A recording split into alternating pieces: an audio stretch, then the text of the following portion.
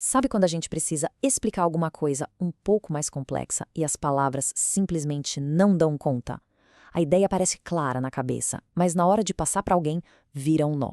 Pois é, existe uma ferramenta visual super simples e poderosa que resolve exatamente isso: o fluxograma. Ele basicamente transforma confusão em clareza. Vamos entender como ele faz essa mágica? Olha só nosso caminho de hoje. A gente vai entender o que é um fluxograma, decifrar a linguagem universal dele, aprender a montar um do zero, ver um exemplo do dia a dia e, no final, pegar umas dicas para deixar tudo bem organizado e profissional. Então, vamos começar pelo começo, né? Afinal, o que é exatamente um fluxograma? Pensa nele como um mapa de um processo. Em vez de ruas e cidades, ele usa formas e setas para mostrar o caminho completo, do ponto A ao ponto B, indicando cada passo e cada decisão que precisa ser tomada no percurso. Simples assim. E por que isso é tão útil? Bom, primeiro, pela clareza visual. Fica muito mais fácil enxergar onde o processo trava ou onde ele pode ser melhorado. Segundo, ele padroniza as coisas. Com o desenho ali, todo mundo segue exatamente os mesmos passos. E por fim, vira um baita documento, né? Chegou gente nova na equipe, é só mostrar o fluxograma. Facilita muito o treinamento. E o mais legal dos fluxogramas é que eles são uma espécie de linguagem universal. É como se fosse um alfabeto de símbolos que qualquer pessoa, em qualquer lugar, consegue entender. Esses aqui são os personagens principais. O oval indica onde tudo começa e onde termina. O retângulo é uma ação, uma tarefa a ser feita. Agora, o losango, esse é poderoso. Ele representa uma decisão, uma pergunta de sim ou não que faz o caminho se dividir. O paralelogramo mostra quando alguma informação entra ou sai do processo. E as setas, claro, conectam tudo, mostrando para onde a gente vai. Beleza, teoria na cabeça. E na prática? Como é que a gente bota isso de pé, começando do zero? É bem mais fácil do que parece. Vamos ver. São basicamente 4 passos. Primeiro de tudo, defina onde o processo começa e onde ele termina. Isso é o escopo. Depois, esqueça os desenhos e só liste as etapas, na ordem em que acontecem.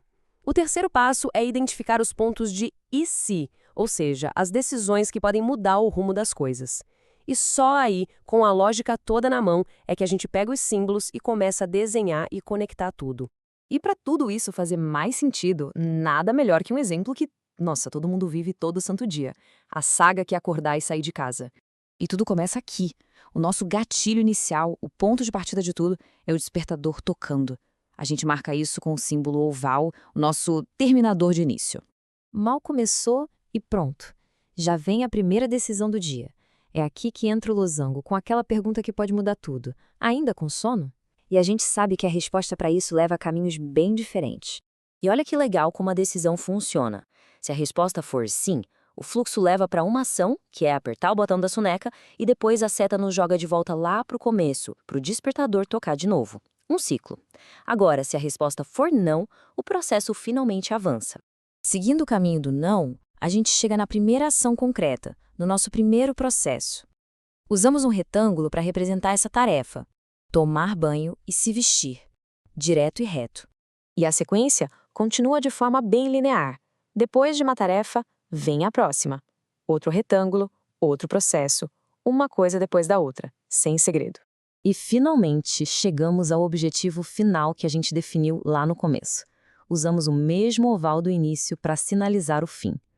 O processo acordar e sair de casa está completo. Missão cumprida. Ok, a gente já sabe como montar a estrutura, mas agora vem aquelas dicas de ouro, sabe? Para pegar um fluxograma que funciona e transformar em um que seja excelente, super claro e profissional. São 4 regrinhas básicas. Primeira, consistência. Tente manter os símbolos com tamanhos parecidos, para não poluir. Segunda, mantenha um fluxo natural, que a gente consiga ler de cima para baixo ou da esquerda para a direita. Terceira, por favor, evite aquele macarrão de setas se cruzando por todo lado. E a quarta, que é crucial, todo o caminho precisa levar a um fim, não pode ter nenhuma ponta solta. E essa frase aqui, nossa, ela resume tudo perfeitamente. Um fluxograma bagunçado geralmente é só um sintoma de um processo ou de uma ideia que ainda está bagunçada na cabeça. A clareza no desenho força a clareza no pensamento.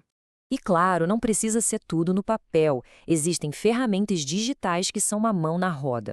O Lucid Chart é super profissional. O Draw.io é uma opção grátis e, olha, muito poderosa. E se for para trabalhar em equipe, o Miro é fantástico para colaborar em tempo real.